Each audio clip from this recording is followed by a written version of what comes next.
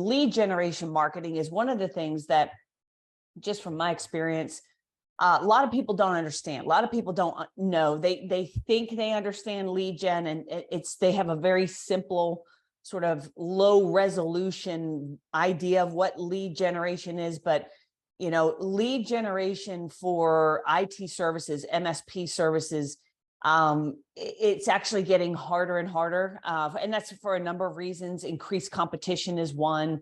Another one is a lot of MSPs are providing longer term contracts for people, so getting out of a quote unquote, getting out of a contract takes a little bit longer. People don't switch as readily because the MSP is really deep into their business. So switching, the pain of disconnect is very high. Digital marketing advertising costs are going up. They're blowing up. I mean, ever since COVID, it was never cheap, but now it's exponentially more difficult and more expensive to run ads and just have success there. So there's a lot of things that given that sense right there, and given that, if we just did a survey, and not our clients, this is the MSP community at large, because we have a database of about 50,000 MSPs. And so they're subscribers there to like MSP Success Magazine, or, they're not a customer, but they're a subscriber in some way. And we just asked and polled people, like, how many new customers did you get last year? And it was almost 50%. Again, I'm not talking about my customers, because this was just a general poll we did for MSP Success Magazine, was under 5 customers last year, which is really, really low. And when you think about it, you're churning roughly about 10, 12% of your customers every year. Sometimes you lose customers because you screwed up, because everybody screws up from time to time. Sometimes you lose customers, no fault of your own. They get bought, they go out of business, merge with somebody else. And so when you look at this, it's learning how to get leads coming in the door, opportunities of people who want to talk to you about outsourcing their support to you, which is what a lead is. It's really difficult. So what's lead generation marketing? Okay, kind of start from the beginning. It's the process of generating interest in a product or service by first promoting some type of free information, and we call that an offer. And so another term you'll hear us use is lead generation magnet. Thank you, Dan Kennedy, my mentor. I think he was the one who kind of started that word, but it's used a lot. So lead generation magnet. So we're using something like a free report or an ebook or a copy of a book or a webinar. And you want to have an offer, a lead generation magnet that your ideal prospect is going to find valuable. And the reason we do this, we put it out there because it's the sole purpose of starting a dialogue with them and earning permission to sell, right? Because this is, again, what people don't understand. Like, they say, well, I need a list.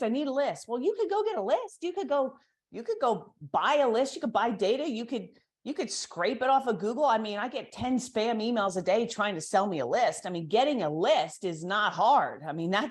But what you want are not just lists, you want leads, right? And to get a lead, you can't force somebody to pay attention to you and be interested. You have to earn the right to gain their interest. So you can't, you can spam somebody. You can call them on the phone and leave a voicemail, and you can spam them. And you can do those things, but they're just going to block you or filter you or ignore you, and you're no better ahead. So you have a list, but you don't have a lead, right? So we're doing marketing. The purpose of marketing is to build this pipeline of unconverted leads, of subscribers, of people who are kind of interested in what you're saying, and maybe they haven't bought yet. Like I said, we've got a list of 40 to 50,000 MSPs, and I'm not talking like garbage list. I'm talking like a good qualified list. Debbie knows this. I have a full-time, Abigail is on my team. She is a rock star. She manages our CRM and cleans it. She's like the little cleaner crab or whatever you put in fish tanks. They go around and they clean all the time. Remember on Finding Nemo, the little guy that kept going around? Right? That's Abigail, right? And she's got a big job, and she's got a list. She's got a whole bunch of like part-timers that work, and all they do is clean our list, because we want to have very, very clean lists. So when I say 40, 50,000, I'm not talking some bullshit like, you hear magazines, or you'll hear people say, oh, we got 200,000 on our list. And what the reality is their lists are shit. Their lists are full of duplicates. and bad information, people who've gone out of business, people who've died that aren't even MSPs. They're just some weirdo that subscribed, or they've moved on, or employees, they're not the owner, right? So I say 40, 50,000, I have a list of that. Now, I don't have 40,000 customers, right? But that list, I built that list through doing 20 years of marketing, from doing events and trade shows and webinars for JV partners and posting on social media, both organic and paid ads and referrals, word of mouth marketing, and direct mail and telemarketing and all the things. So that list is a very productive and clean list, because for 20 years, I've been marketing to that list. And as you go, some people remove, that's fine. I'm not talking I'm not even counting 40, 50,000. I mean, there's people who, like Debbie, we just had somebody who wrote in and said, hey, you know what? I think he's a software company, and he closed down the MSP side of his business. So he's like, it's no longer viable. Yep. He's like, look, just take me off the list, because, it wasn't anything we did. He just like, I have a software application development business. I think he decided he wanted to give MSP a go, wanted to give it a shot, see if he could make it work. For whatever, I mean, maybe it did, maybe I don't know the whole story, but he just said he dismantled that part of his business. So, he's not, so all of that 40, 50,000 super clean that I have. But again, I built that list through doing all kinds of marketing, JV partners, referrals, direct mail, telemarketing, Facebook ads, search engine optimization strategies, trade shows. I mean, the only thing we haven't done, Debbie, is canvassing. It's a little hard to canvass the world. You know what I mean? Where that would be well, I'll go canvas Italy for you. Yeah, I'm sure you would. Yeah, like volunteer that, right? Yeah. So but so again, lead generation is, how do we get these people? We provided free reports and videos and webinars, like our YouTube channel. We got all these videos up there. People subscribe to that. They watch what we're doing, or the magazine. They see the magazine, or they hear about the magazine, and they swim back and they go, oh, let me opt in here. There's webinars, and then they subscribe to the list. And some are subscribed, not by email anymore, but we still call them or we mail them. Again, if somebody says, take me off your list, we suppress them 100%. But that's the list. So that's what lead generation marketing is. So the definition of a lead is a prospect who has stepped forward out of the masses and has shown some level of interest in engaging with you by responding to a marketing campaign or promotion. And that might be something as simple as they go to your website and they download a free report, or they go to your website and there's a webinar and they they opt in for the webinar on demand, or they register for a webinar, right? And that means they just might be mildly curious in the topic, right? They might not be ready to switch IT providers at the moment. And they might not be ready to call your office and book an appointment, although some of them will be. So when leads come in, they come in from a shy yes, like a mild curiosity part, right? All the way to buyer in heat. Come out here today because my IT guy can't get a hold of him and our network's down and we're sick and tired of him and we need somebody right away, right? So leads have all this range of, like I said, mild interest to buyer in heat. And of course, what we're trying to do with our marketing is take them from mild curiosity all the way to buyer in heat, because that's obviously where we're going to sell them. All right. So a thing I think you got to really understand is a lead is a list of prospects that you've assembled. Maybe you bought it. Maybe you scraped it. Maybe you went to an event and they gave you a list. Like somehow you acquired a list, and maybe you've been marketing to it. You've been mailing it, you've been calling it, or whatever. If they haven't responded yet, they're not a lead. We call that, like, if it's a qualified list, we call it a farm list, because that's you're farming this list for buyers, right? But a lead is only a lead when they show some level of interest. And so you guys have seen the marketing funnel, right? We're not the ones that came out, like marketing funnel's been around forever, the concept, the term. And we use, like you might remember from a previous session, we use educational direct response, right? So educational direct response is using educational materials, free reports, webinars, seminars, workshops, checklists, surveys, polls, whatever.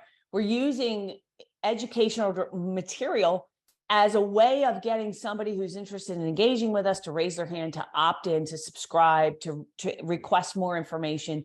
And so we're using, how do you get that information out there? Well, you can use everything from like SEO and print ads to, just to canvassing or seminars and JVs and so forth, right? So you're doing all the cold suspects. We're using some kind of lead generation, EDR marketing to attract them.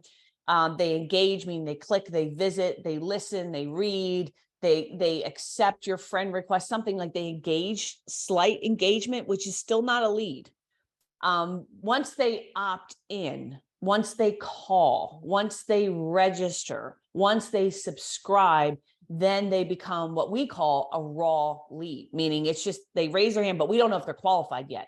Then we look at that, and if the prospect meets our criteria of what a good lead is, then we tag them as a marketing qualified lead. If they book an appointment, they're a sales qualified lead because they're willing to talk to a sales rep, which means they're sales qualified, meaning they're at a stage where they're ready to get a quote. They're ready to sit down with you. They want to get, like, they're calling, right? So that's sales qualified. Then, of course, they move to client, and then the marketing continues to make them a raving fan. All right. So what is not a lead, we consider these micro wins. They're kind of top of the funnel micro wins. So that would be someone visits your website or a landing page and they bounce. I mean, they don't take any action. They don't call, they don't subscribe, they don't register.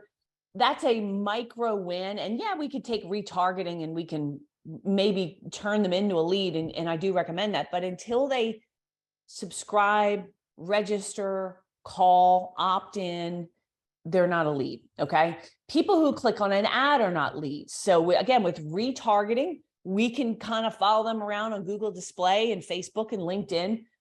And, using, visual visitor or something like that, we can use that to try and further keep marketing and communicating to that lead or that person to try and get them to be a lead, but they're not technically a lead yet. People who accept your generic LinkedIn request, your friend request on Facebook, or if you have a Facebook group, just because they're in your Facebook group does not mean they're leads. Or just because they accept a friend request on LinkedIn does not mean they're a lead. Like, I get it. I'm sure you guys get it too. You accept somebody's request on LinkedIn, and I'm very careful about these days. Like, same with Facebook. Like, if I don't just I know some people just accept every freaking friend LinkedIn. I literally look at my LinkedIn request, before I connect with them, but every once in a while, make a mistake, you accept somebody's friend request, and next thing you know, they're spamming you, going, hey, we can help you with payroll or, application development or whatever, and they're emailing you, and you're like, oh, it's aggravating, right? So with follow-up and nurture, we can help them, but they're not a lead yet.